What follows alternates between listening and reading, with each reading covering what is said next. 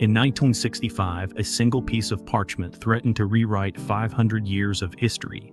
It claimed Vikings reached America long before Columbus, and that the world already knew. But hidden in its faded lines is a secret no one saw coming. A secret powerful enough to fool scholars, spark a global scandal, and leave one question that still haunts us today. Who made the map, and why? The Vinland Map is a small, unassuming piece of parchment, yellowed with age, its edges frayed, its surface marked with delicate, almost hesitant ink lines. Written in Latin, it appears to date back to the mid-15th century, a time when Europe's understanding of the world was still bound by medieval boundaries. But within those lines lies something extraordinary. Off to the far left of the familiar European and African coastlines is a strange landmass, a fragment of North America, clearly labeled Vinland. According to the Norse sagas, Vinland was the place discovered by Viking explorers around the year 1000, a rich and fertile shore far across the Atlantic. The map's implications are staggering. If genuine, it suggests that knowledge of North America existed in Europe not in 1492, when Columbus sailed west, but decades earlier. It would mean that the story we've been told, of Columbus as the first European to discover the New World, is incomplete. When the Vinland map first surfaced, it promised to be more than just an artifact. It was a key, perhaps, to a lost chapter of human exploration, a chapter that might force historians to rethink the entire timeline of discovery. And for a brief moment, the world believed it. In 1965, on the eve of Columbus Day, Yale University unveiled a treasure it claimed could transform our understanding of the past. Hidden away for years in a private collection, the Vinland Map was introduced to the public with the backing of respected scholars and the prestige of one of America's most influential institutions. The announcement was bold. Here, they said, was a 15th century map proving that Norse explorers had charted part of North America long before Columbus set sail. The timing was no accident. The United States was preparing to celebrate the 500th anniversary of Columbus's voyage, and here was an artifact that could rewrite the script entirely. Within days, headlines across the world screamed of history being turned upside down. Newspapers ran front-page stories. Magazines printed full-page reproductions of the map. The idea that Vikings had beaten Columbus to the punch, and that Europe had known about it for decades before 1492, captured the public imagination like wildfire. It was the 1960s, an era defined by questioning authority, challenging old narratives, and embracing new possibilities. The Vinland Map landed in that cultural moment like a spark in dry grass. Scholars argued, the media speculated, and the public watched as the tidy, familiar story of exploration began to unravel. For a time, it seemed the world had been handed proof of a forgotten truth, until the first cracks began to show. Long before Columbus set foot on the decks of the Santa Maria, the North Atlantic was home to a different breed of explorer, the Norse. Around the year 1000 AD, Leif Erikson, the son of famed Viking Eric the Red, sailed west from Greenland in search of new lands. According to the Icelandic sagas, he reached a place called Vinland, a fertile, temperate region far across the ocean, rich in grapes, timber, and game. For centuries, these stories were treated as legend, stirring tales preserved in medieval manuscripts but lacking the hard proof historians demanded. That changed in 1960, when archaeologists Helge and Anne Stein Ingstad uncovered the remains of a Norse settlement at L'Anse aux Meadows in Newfoundland, Canada.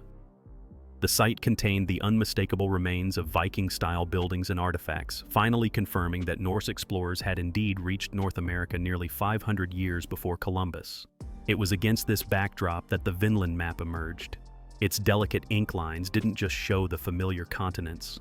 They depicted a landmass in the exact region the sagas described, boldly labeled Vinland. To historians, it felt like the missing puzzle piece, bridging oral tradition, archaeology, and now, apparently, cartography. The emotional pull was powerful. This wasn't just about maps or dates. It was about vindicating centuries-old stories, about seeing legend transform into fact before our eyes. Scholars, journalists, and the public alike wanted it to be real, and for a brief, shining moment, It seemed as though the Norse had finally taken their rightful place as the true discoverers of the New World. The initial euphoria surrounding the Vinland map didn't last long. Even in the first months after its grand unveiling, sharp-eyed scholars began spotting oddities that didn't quite add up. The Latin inscriptions, for example, contained unusual spellings that didn't match 15th century conventions. Some phrases seemed awkward, almost as if copied by someone unfamiliar with the language's medieval form. Handwriting experts noted subtle inconsistencies in the script, as though the same person had altered their style to mimic an older hand. Then came the first whispers of a more troubling problem. The parchment itself appeared genuinely old, dating to the medieval period. But the ink? Perhaps not. Early chemical analyses hinted that certain pigments might be far more modern than the map's claimed origin. For some academics, this was enough to raise serious doubts. But calling the map a fake was no small matter. Yale had invested its reputation in the artifact, presenting it to the world as a scholarly treasure. To question it publicly was to risk not just professional relationships, but credibility in a fiercely competitive field. The result was an uneasy standoff. Skeptics pushed for more tests, while defenders dismissed the concerns as overblown or based on incomplete data. In the eyes of the public, the map's allure remained strong. After all, it's easier to believe a romantic tale of Viking explorers than to accept that it might be the work of a modern forger. Still, beneath the surface, the first cracks had appeared, and soon, the scientific evidence would threaten to shatter the legend entirely. By the early 1970s, the Vinland map had already been subjected to its first serious forensic examination.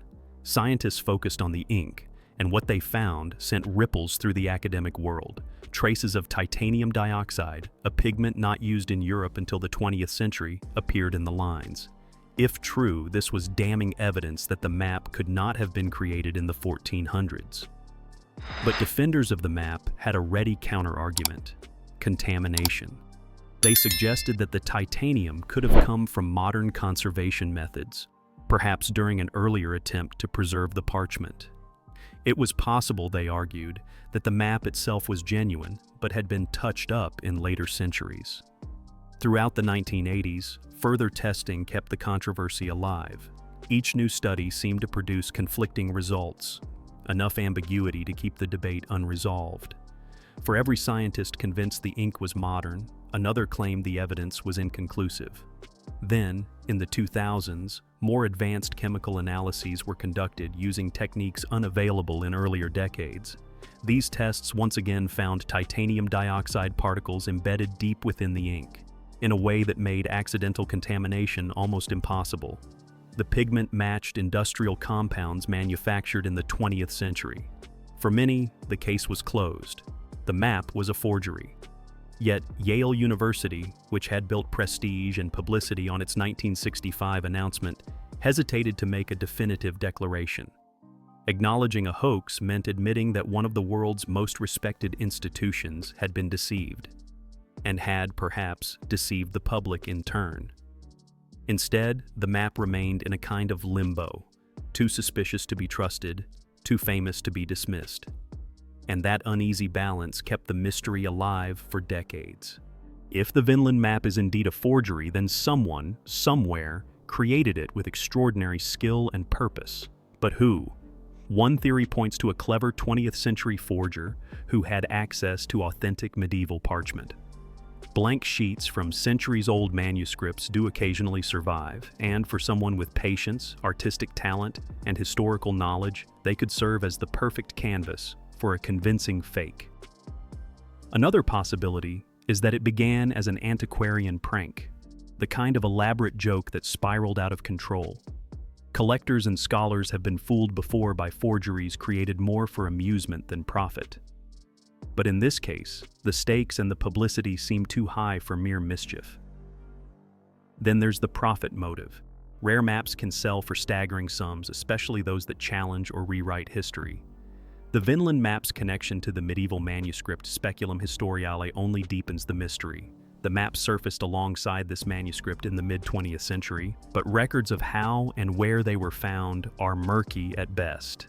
This shadowy paper trail leads through a network of rare book dealers, private collectors, and transactions that were, at times, less than transparent. Some of the individuals involved had reputations for stretching the truth, and in the high-stakes world of antiquities, the temptation to enhance an object's value could be overwhelming. No definitive culprit has ever been identified.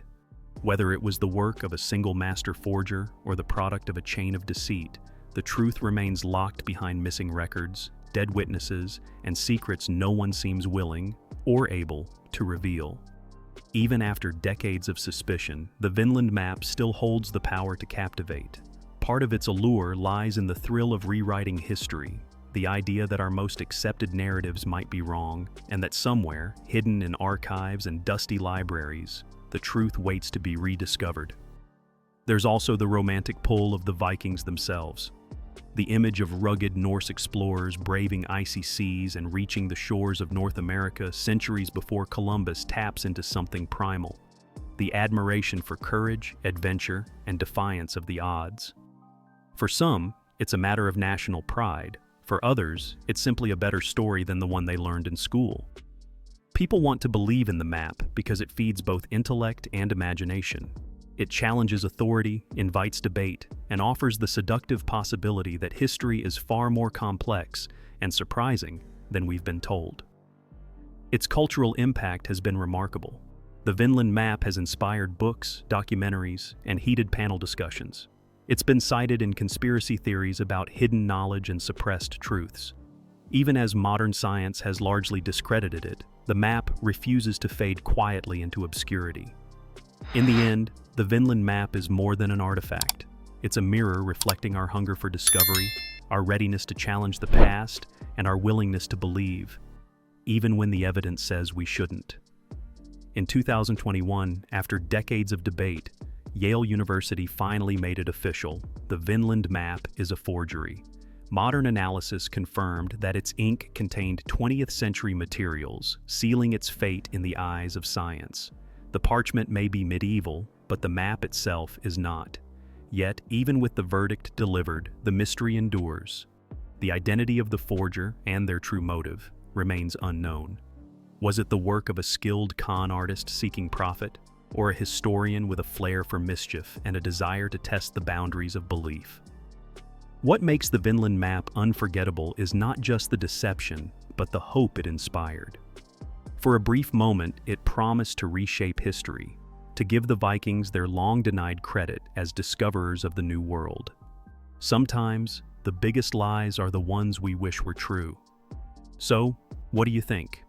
Was the Vinland Map an innocent mistake, or the greatest historical hoax of the 20th century? Let me know in the comments, because the debate, it seems, isn't over. If you could rewrite one moment in history, what would it be, and why? Drop your answer in the comments. I'd love to see your ideas. And if you enjoyed uncovering the mystery of the Vinland Map, you'll want to watch my next deep dive, the Piri Reis Map, Ancient Knowledge or Pure Fantasy. Click here and let's explore another artifact that challenges everything we think we know about our past.